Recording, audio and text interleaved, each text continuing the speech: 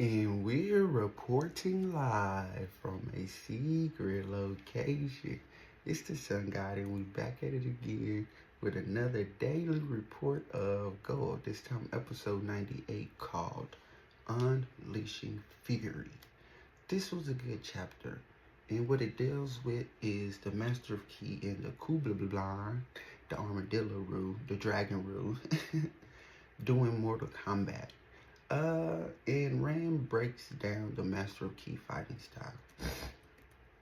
A quick recap into the last chapter. I guess we should have flipped it the other way around, but it doesn't really matter.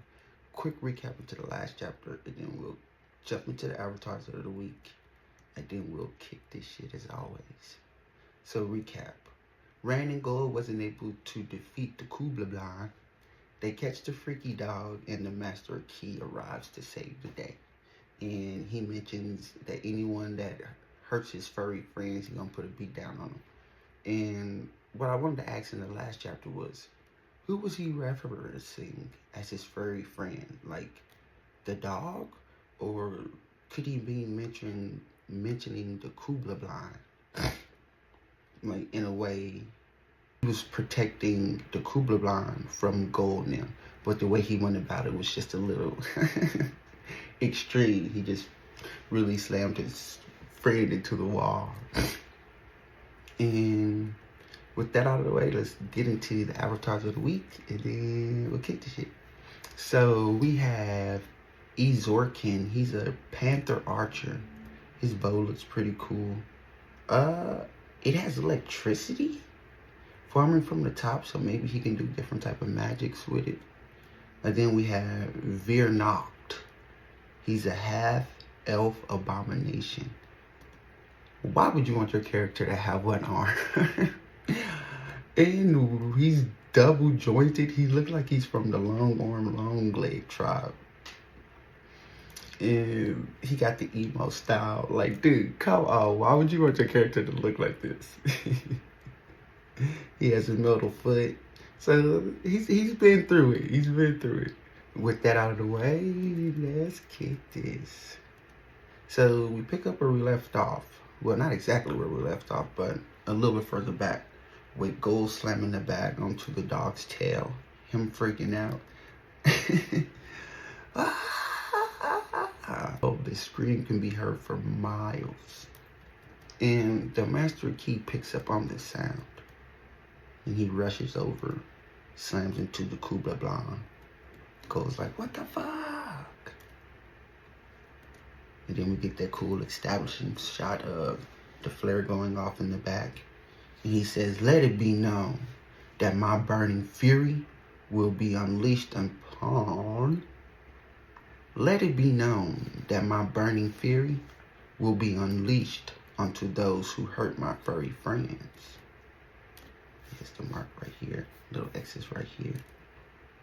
The dog got these creepy eyes. He's like, this thing is a freak. Gold and the Master of Key by Atimaru and Nicole DC. We see the wall that the Key Master has shoved the Kuubalon in. He's looking back at Gold and the dog. And they're just armor farming with this Kuubalon. The red eyes. He kind of looks exactly like Gold. How they show him with the red eyes. It's currently like climbing out of the hole that has just been put in. We can see the damage to his middle finger. And when it emerges from the hole, the look that it has on his face is like it's scared. But even though it's scared, it continues to attack. It growls, but that's not the face that it's making. You can see he has the cut on his ear. I want to say that he's compressing himself, but he's just taking the stance where he can leap into action.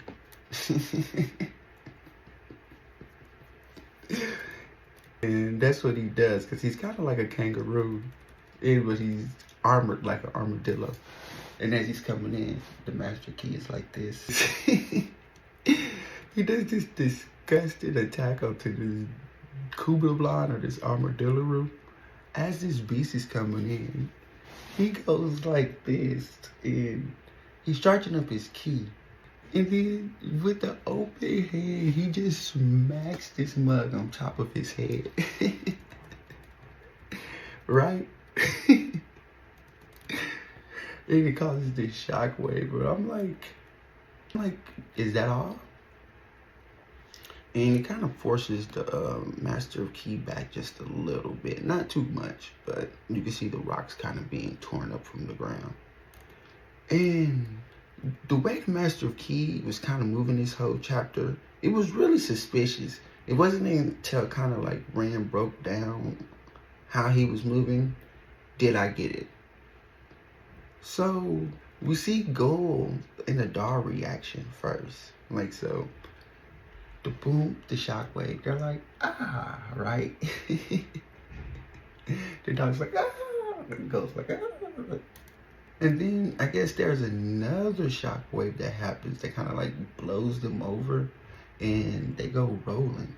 And when we switch back to the panel, like the Master Ki he turns the damn kangaroo armadillo into an ostrich, like on the old wacky cartoons. You know how he just shoves his head into the ground? Cracking the fuck up because, like, why would you slap this thing upside the head? And I really like how he kind of handled this kangaroo Kuubalon in this fight. It was reminiscent of how Layla handled Gold when he kind of got out of his body and started going like blood orc style. You know, she's just blocking his attacks, and she doesn't actually hit. And when she actually does put any force into it, it's only an open hand strike. And I just love open hand strikes, karate chop. So yeah, I'll tell you. So there's probably only the two most dangerous moves in the world: a karate chop and a falcon grip. Those are the ultimate martial arts. So he slaps this thing upside the fucking head. His head goes straight into the fucking ground. And it's kind of dozed from that. It recovers almost immediately, but it's like, kind of rethinking this decision. The Master of Ki goes on to say, "You want to fight back, huh? All right, beast. Let's do it. Try to put up a good fight."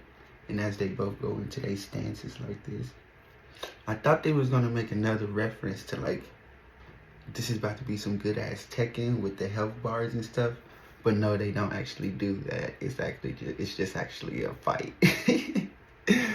They would have been cool if they did do that though. Like, I don't think that guy could wear out.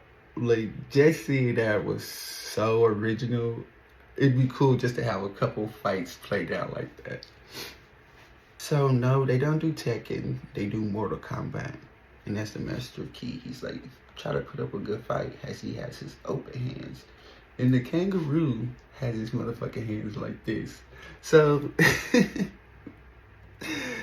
this fucking Kuubalon is a martial artist. Like, we're not really sure what happens at the, like, we don't get the full story at the end of the chapter. What happens, I don't want to spoil it, but this is just my speculations on what the fuck this thing is. Or how well its combat abilities is. This thing appears to be some type of martial artist. And it is proficient in in taekwondo and boxing and shit like that. It's like a mixed martial arts type of being. And it's just hilarious. It's actually hilarious. Actually seeing the fight that it put up against the Master Ki, I wonder how well a healed Layla would have done against this, or would Rand have been able to fare against the Kuubalon with his daggers, because it is armored, and he took a lot of decent blows from the Master Ki and continued to get back up. And since he's armored, I don't know, and Rand's blade is so fucking small, I don't know how much damage he probably would have been able to do to this thing. Gold definitely would have had to go A-mine. Or he would have had to go for the eyes. So, the Kuubalon, Jared, the Kuubalon goes for uppercut. Jared ducks. And he strikes him right in the sternum. It's right to the sternum this time, T-baby. Y'all already know. It's like... He's not coughing up blood though. He goes into his Muay Thai stance or Muay Thai stance. And... I'm not even lying, y'all. Like, if kangaroos actually fought like this and had, like, the talons on this damn thing is about, like, this big, the middle one. Probably about that big around. And he has another two of them, probably about the half the size of that. If this creature fought like this in the real world, we would be fucked. Fucked. So he prepares for his, basically a Tony Jaa kick. And the master, Jared, he takes it full on. Kablam! And this attack actually does send him back. Not like tumbling and flipping, but it just, it just slides him back. And he just goes like... He smiles. Your blows becoming sloppy. So I've got to thinking like this creature used to be his training partner in some way. Like he abandoned society. He used to be a guild master. Maybe he elevated to some point to a sage.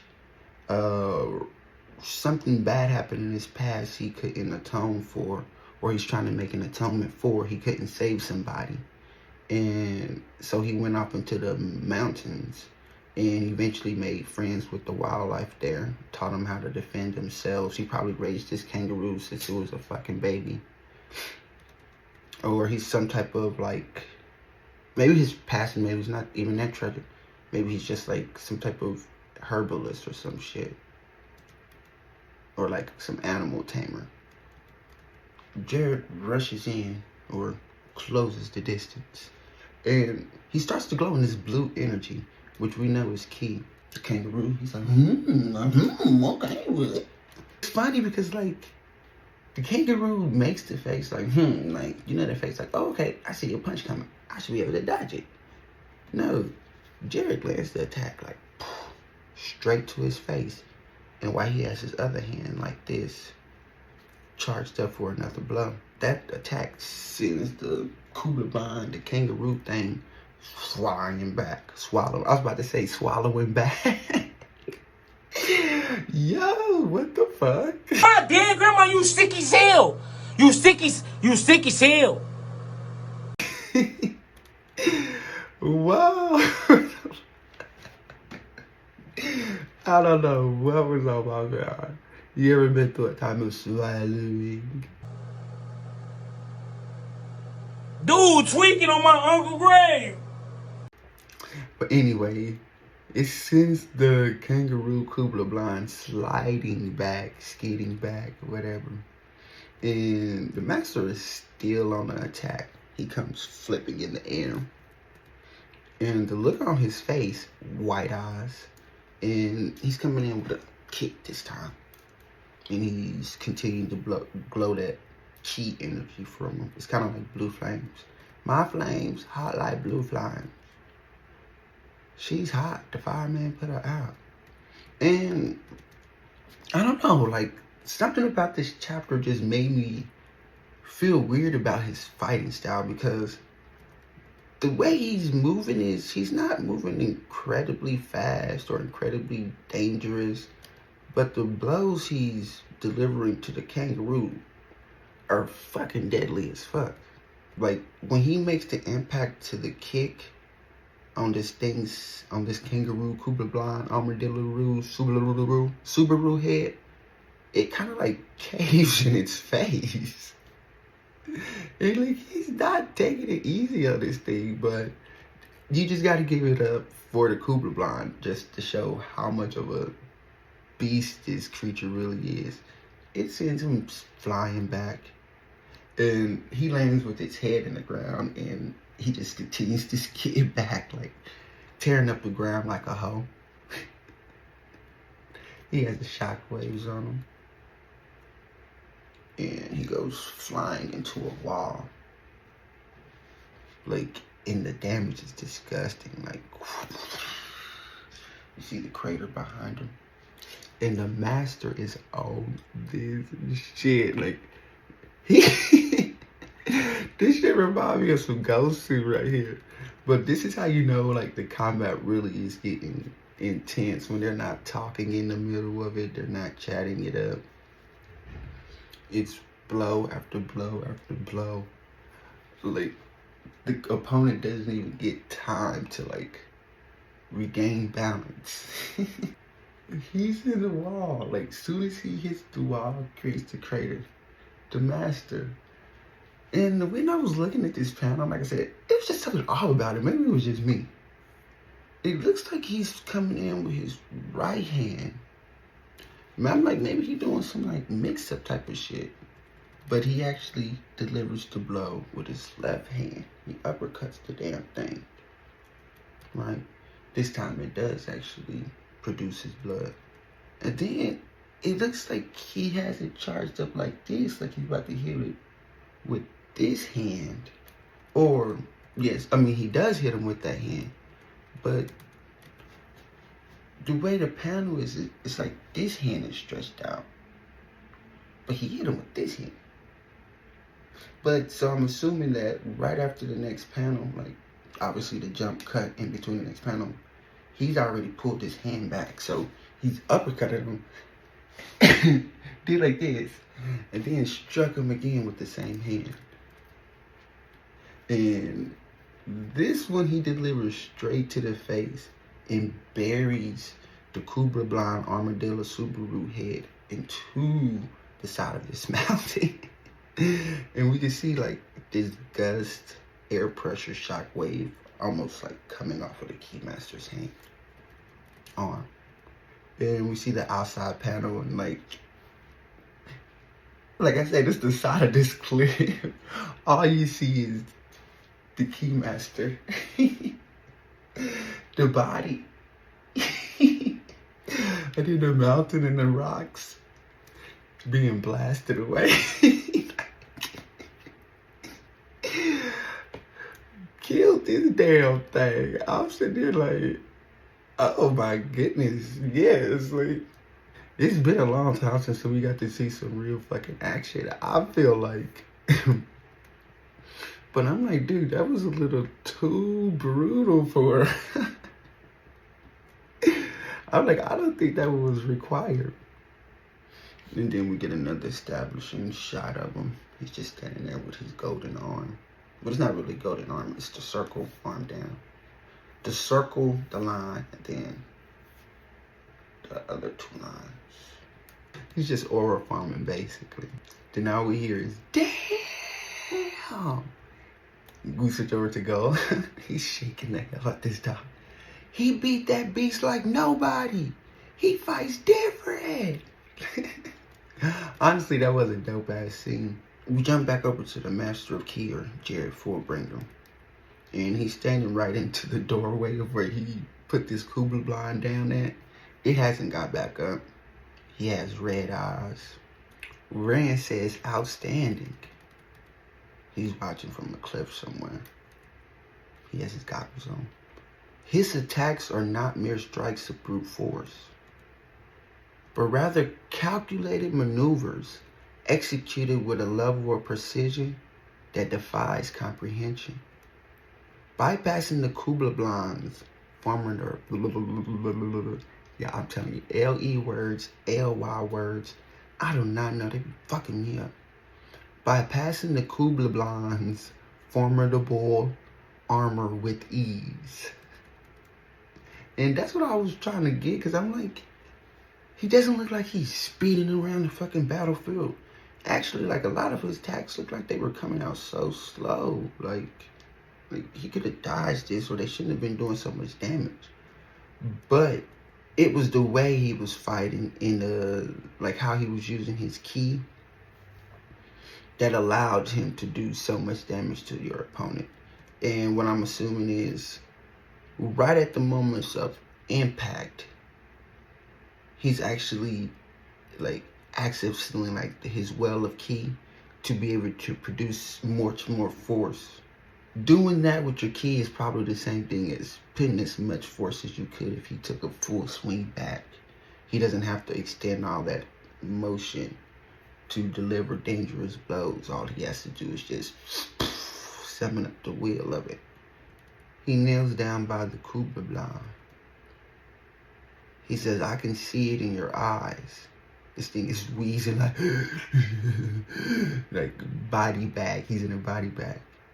That wildness that's taking hold where there used to be discipline and finesse. You've been tainted by some foreign poison, turning you into a reckless brute.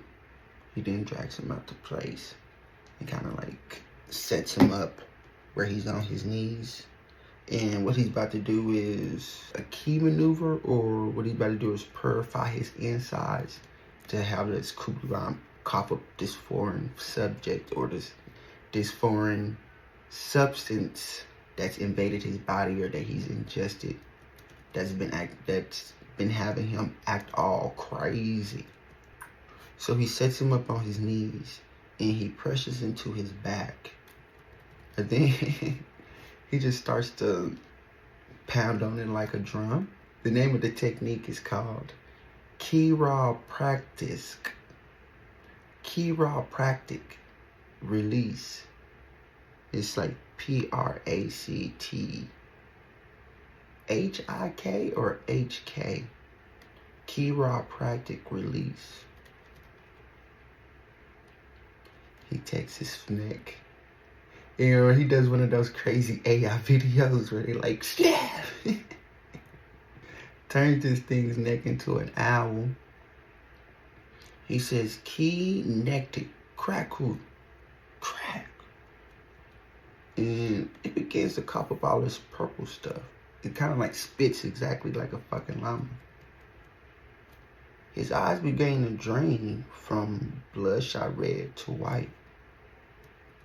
And the last panel is almost like he's just gained consciousness, and like he just gasped. And the way it looks like makes me feel like this creature is going to start talking, like in the next chapter. I'm like this thing's about to be like, oh my God, thank you, Jared. I don't know what the hell was going on, but dang, it's like I was having some crazy ass headache, and thank you for bringing me back to my senses or some stuff like that. That's what it looks like. I'm not sure. Like, I wouldn't be surprised if the animal could talk, or the master could possibly understand what the hell this kangaroo is trying to convey to him. So let's get to the comments. We got Mathematical Squid. Kung Fu Master Chiropractor. Yeah. GM Dave. He shall defeat you with his fists, then he shall heal you with his fists. And then Eddie Earl. Wish chiropractors were this good. You gotta watch the right videos. Just some character notes and some theories, and we'll get you guys out of here. So for the Keymaster, he used ki in several ways in this chapter, and he seems to apply it at the moment of impact, so he doesn't waste any unnecessary ki or movements. Reminds me of when Meliodas was training his son Tristan on how to control the demon powers in him, only accessing the power at the point of impact. And how much you access depends on how well you're able to gauge your opponent's threshold. If he didn't do that, he risked being consumed by the power. He says, I believe, and it says, well, not he. It said, I believe he wasn't trying to hurt the creature, but that's just what the level of difficulty that the Kuubalon presented, well, ran or go, or whoever, probably would have been defeated by this creature. And I wonder if he knows if